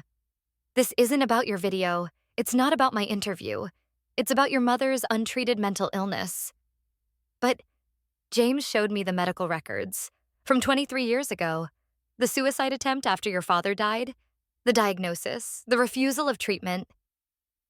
Elena's voice softened. Your mother has been sick for a long time. This was inevitable, whether I was part of the story or not. Ryan sobbed on the other end. I should have gotten her help. Should have forced her into therapy. Should have. You were a child when this started, and then you were an adult in denial. Neither of those things are your fault. Elena paused. But what you do now, that's your choice. You can keep denying, keep making excuses, or you can face reality and make sure she gets real help this time. I don't know how. James does. Listen to him. Let him help. Elena looked at her father, at Kate, at the life she was building without Ryan in it. And Ryan signed the divorce papers. Don't fight me. Don't drag this out. Let me go. I love you. I know you do. In your way. But your love isn't enough. It never was. Elena's voice cracked. Goodbye, Ryan. She hung up, blocked the number, set down the phone, and finally truly let him go. 6 months passed like a dream and a nightmare braided together. Elena's divorce was finalized on a Tuesday morning in March. She sat in her lawyer's office, signed her name Elena Delacroix, not Martinez, never Ashford, and walked out a free woman carrying a baby that kicked against her ribs like it was celebrating too. Kate waited in the car. How does it feel? Like I can breathe again. Elena touched her swollen stomach. 7 months now. 2 more to go. Like I'm finally becoming who I was supposed to be all along. The media frenzy had died down. Mostly. Elena's interview had been watched by 42 million people. Ryan's response video, a tearful apology posted 2 weeks after his mother's suicide attempt, had been watched by 30 million. The internet had largely moved on to the next scandal. But something stuck. Something's changed. Ashford hotels never recovered. Stock dropped 60%. Half the board resigned. James sold the company 3 months after taking over as CEO. Sold it to Sterling Hotels, the same competitor Marcus had partnered with. The irony wasn't lost on anyone. Victoria remained in long-term psychiatric care, under court order. James visited her twice a week. Ryan visited once a month. She'd been diagnosed with severe narcissistic personality disorder, bipolar disorder, and complex PTSD from her husband's death. 3 decades of untreated illness. 3 decades of people she'd hurt. Elena didn't visit, didn't call, didn't think about Victoria except when the baby kicked, and she wondered what kind of grandmother her child would never really know. Ryan had moved to California, taking pictures for some startup, trying to rebuild himself. They didn't speak. The custody agreement was clear. He had visitation rights, but Elena had full custody. He'd send child support. She'd send photos. That was the extent of their relationship now. Transactional, distant, over. Marcus threw Elena a baby shower in April.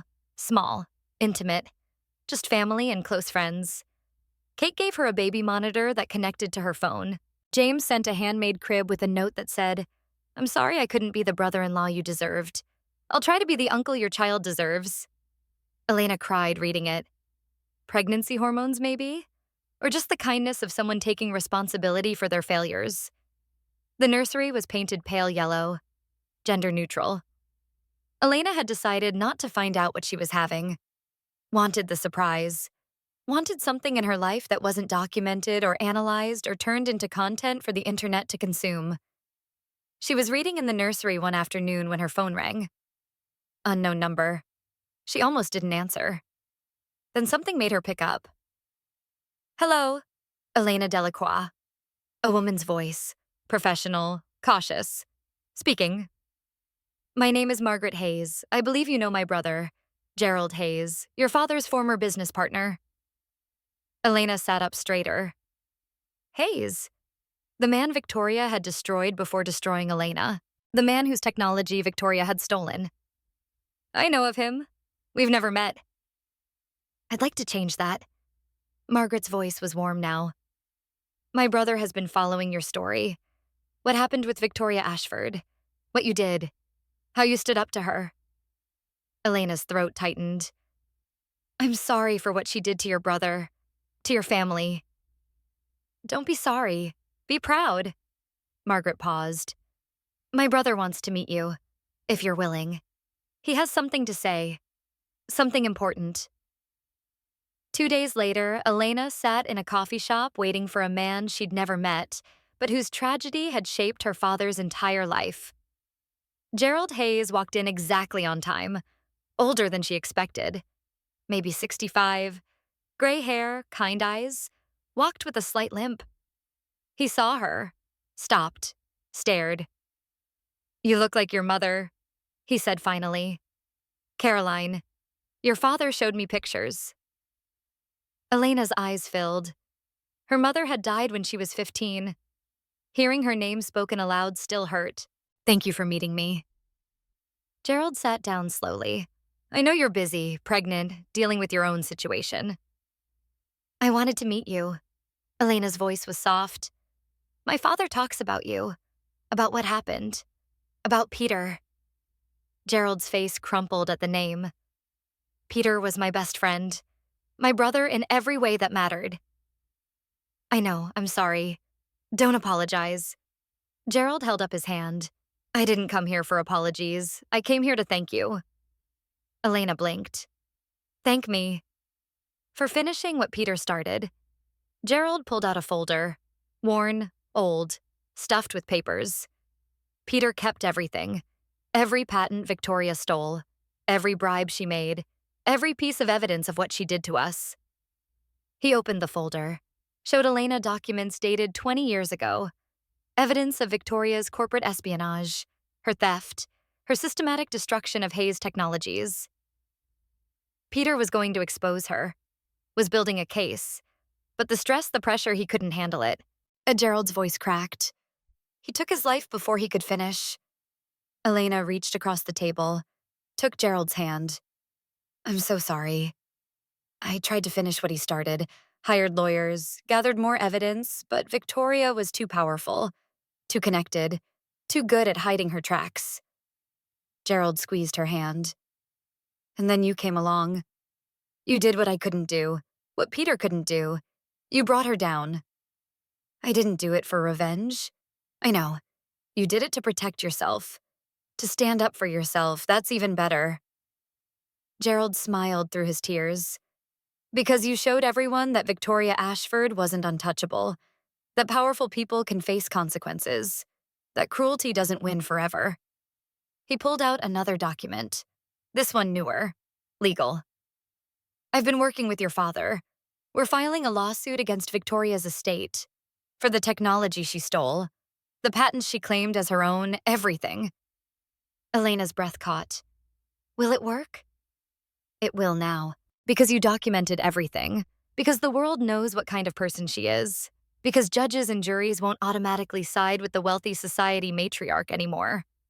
Gerald's voice was strong, certain. We're going to win, Elena. And when we do, I'm using every penny of that settlement to create a foundation. A foundation? The Peter Hayes Foundation for Victims of Corporate Abuse. Gerald's eyes shone. To help people who've been destroyed by powerful corporations. To give them legal resources. Support. Hope. Elena started crying.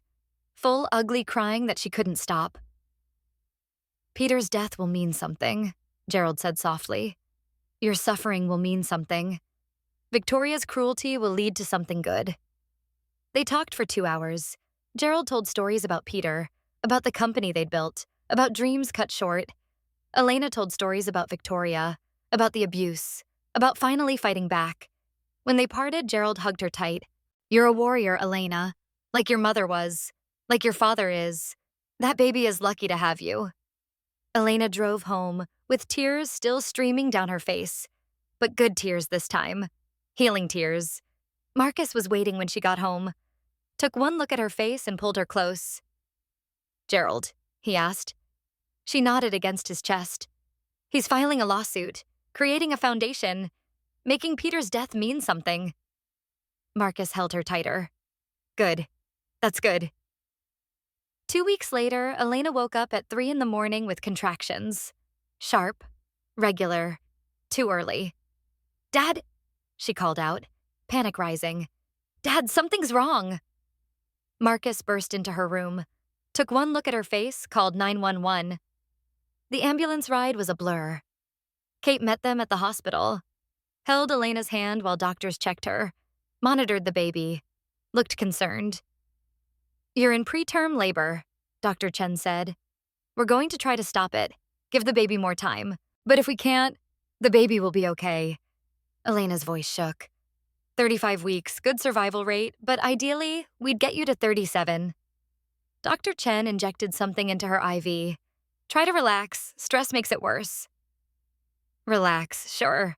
While her baby tried to arrive too early and her ex-husband was across the country, and the world was still watching her every move. The medication worked. Contractions slowed, stopped. Baby's heartbeat stayed strong. Elena stayed in the hospital for 3 days, monitoring, bed rest, boredom mixed with terror. James visited, brought flowers, sat awkwardly by her bed.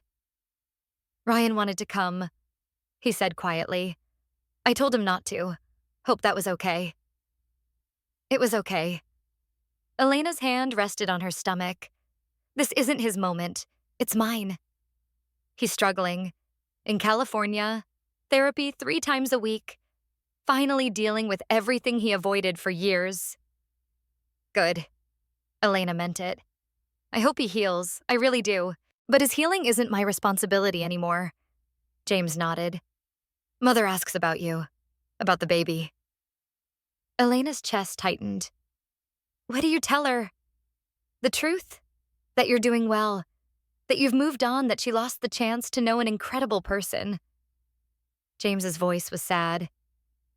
She cries when I say it. Real tears. I think she's finally understanding what she destroyed. Is that supposed to make me feel better? No. James stood.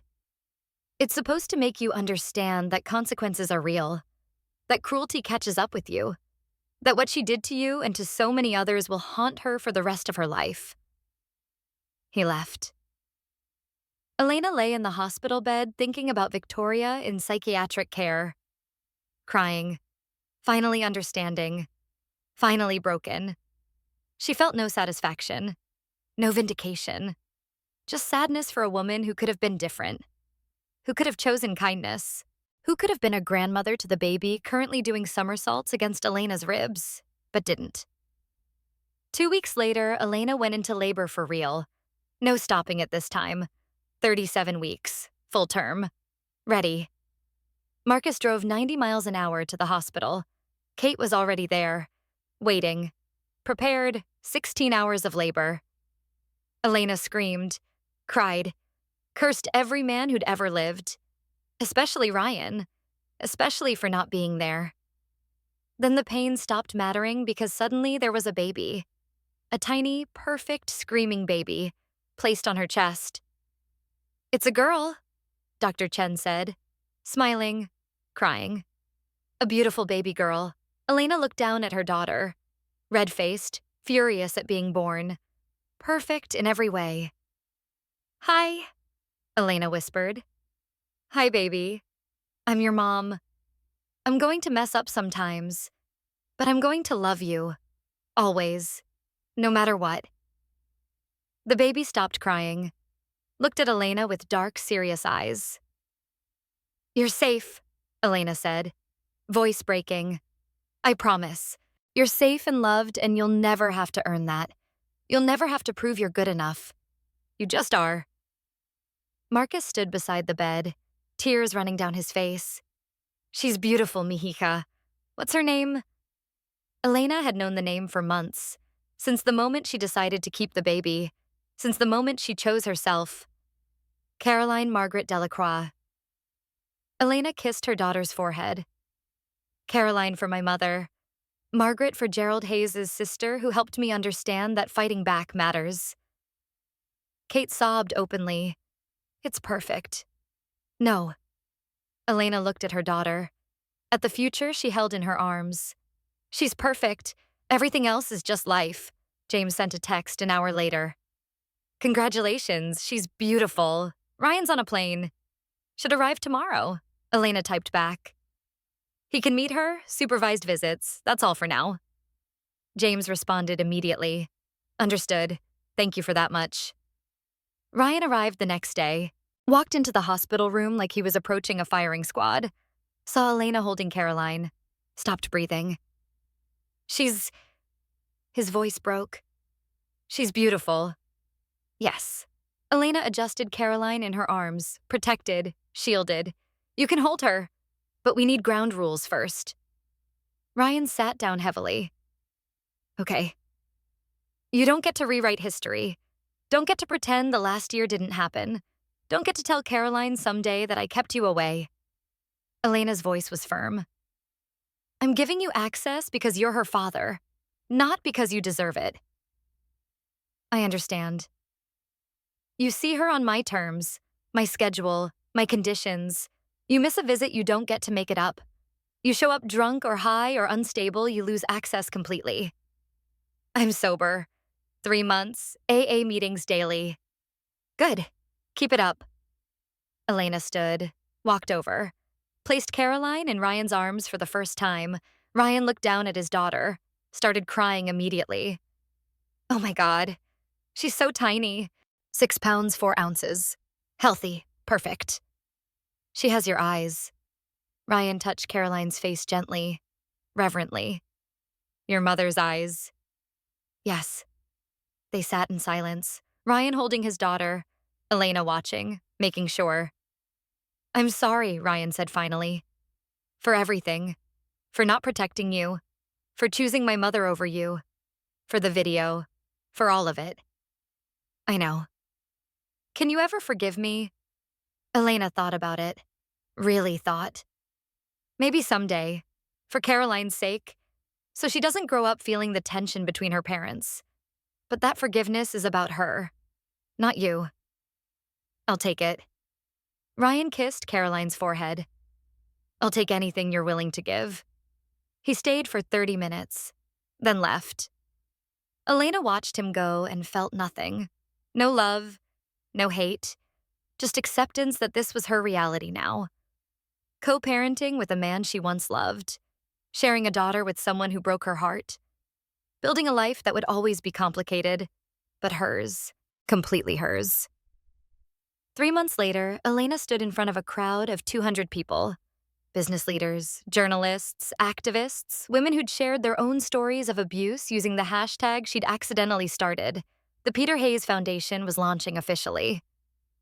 Gerald stood beside her, Marcus behind her, Kate in the front row, Caroline with a nanny backstage.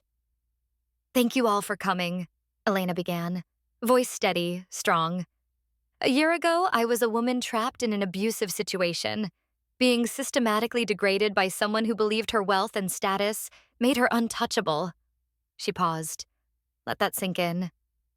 I'm standing here today because I documented the truth, because I refused to accept cruelty as normal, because I had resources many people don't have: a supportive father, legal help, a platform. She looked at Gerald. But Peter Hayes didn't have those resources, and he paid for that with his life. So did countless others who crossed paths with Victoria Ashford over the decades. She pulled out her phone, showed the audience the photo she'd been carrying since that night. The one of her bleeding lip, her bruised face, her calm, steady eyes. This is what standing up looks like. It's not pretty. It's not comfortable. It hurts.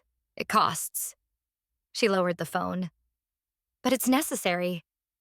The crowd was silent, listening. The Peter Hayes Foundation exists to help people who can't fight back alone, who need legal resources, therapy, support, a community that says, we believe you. We'll help you. You're not alone. She looked at the women in the front row, women who'd shared their stories, women who'd found courage in her courage. Because nobody should have to face a Victoria Ashford alone. Nobody should have to choose between their dignity and their survival. Nobody should have to stay silent because speaking up feels impossible. Gerald stepped forward, put his hand on Elena's shoulder. My brother's death destroyed me. For 20 years, I thought his suffering meant nothing, that Victoria won, that cruelty triumphed. His voice grew stronger. But Elena showed me I was wrong. Peter's death meant something because it led to this moment, to this foundation, to helping people Peter never got to help. He looked at Elena with pride. You finished what my brother started. You gave his death meaning. You gave all of us hope. The crowd stood, started clapping. The applause built like a wave, deafening, overwhelming. Elena stood there holding her daughter's baby monitor, listening to Caroline breathe in her sleep backstage, feeling the weight and wonder of everything that had led to this moment. One slap, one moment of violence, one decision to stop accepting cruelty, and it had changed everything. After the event, Elena sat in her father's study, Caroline asleep on her chest, Marcus reading nearby, Kate scrolling through the foundation's social media. Elena, look. Kate showed her phone. The hashtag is trending again. #1, worldwide. Elena looked at the screen. Thousands of new posts, tens of thousands. Stories of people standing up, speaking out, refusing to stay silent. I reported my abusive boss today. Elena gave me courage. Masa, I am Elena, left my toxic family. Haven't looked back. Hashtag, I am Elena. Told my truth, even though people called me a liar. Worth it. Chat, I am Elena, story after story, victory after victory. You did this, see? Marcus said softly. You gave people permission to fight back. I just told my story. You did more than that. Marcus set down his book. You proved that powerful people aren't invincible, that cruelty has consequences, that one person standing up can inspire thousands more. Elena looked down at Caroline. This tiny person who would grow up knowing her mother had fought back, had refused to accept abuse, had chosen dignity over peace. I want her to be stronger than me, Elena whispered. Impossible. Marcus's voice was firm. You're the strongest person I know. 6 months passed, then a year. Caroline started crawling, started laughing, started being a whole person with opinions and preferences and a scream that could shatter glass. Ryan visited twice a month, sent child support, sent birthday gifts, sent photos of himself in therapy at AA meetings, rebuilding his life brick by brick. Elena felt nothing but mild approval, like watching a stranger make good choices. Victoria remained in psychiatric care, made progress, regressed, made progress again. James reported she was finally engaging with therapy, finally taking her medication, finally understanding the damage she'd caused. Elena still didn't visit, didn't plan to. Some bridges once burned stay burned. The foundation thrived, helped 200 people in the first year, then 500, then 1,000. Stories kept coming. People kept standing up. The ripple effect Elena had started kept spreading. On the 1-year anniversary of the slap, Elena woke up to a message from Sarah Chen. 1 year ago today, you sat in front of my cameras and told the truth. Want to do a follow-up? Show people where you are now? Elena typed back immediately. No, I'm done with interviews. Done with being a public figure. Done with being someone's inspiration or cautionary tale. Sarah's response came quickly. I understand, but for what it's worth, you changed my life too. Gave me courage to leave my own bad situation. So thank you. Elena stared at that message for a long time, then typed, You're welcome. Now go, be free. She set down her phone, picked up Caroline, walked out to the garden where Marcus was reading and Kate was drinking coffee and the sun was warm and gentle. You okay? Kate asked. Yeah. Elena sat down, settled Caroline on her lap. I'm okay. And she meant it. She was okay, not perfect, not undamaged, not unscathed. But okay. A year ago, Victoria Ashford had slapped her across the face and called her worthless, had tried to destroy her with wealth and status and systematic cruelty. But Elena had survived. More than survived, she'd thrived. She'd exposed a woman who'd terrorized people for decades. She'd helped create a foundation that was changing lives. She'd given birth to a beautiful daughter who would grow up knowing her worth wasn't determined by others' opinions. She'd chosen herself, and kept choosing herself, every single day. That slap was supposed to put her in her place. Instead, it freed her from a place she was never meant to be. Victoria Ashford thought money and power made her untouchable. She was wrong. Elena Martinez. No Elena Delacroix had proved that dignity isn't for sale. Justice is worth fighting for, and sometimes the people who try to break you end up breaking themselves instead. She looked at her daughter, at her father, at her best friend, at the life she'd built from the ashes of the one that burned down, and she smiled. Because cruelty doesn't win forever. Truth doesn't stay buried. And women who refuse to stay silent change the world. One story at a time, one stand at a time, one choice at a time. Elena had made her choice, and she would never, ever regret it.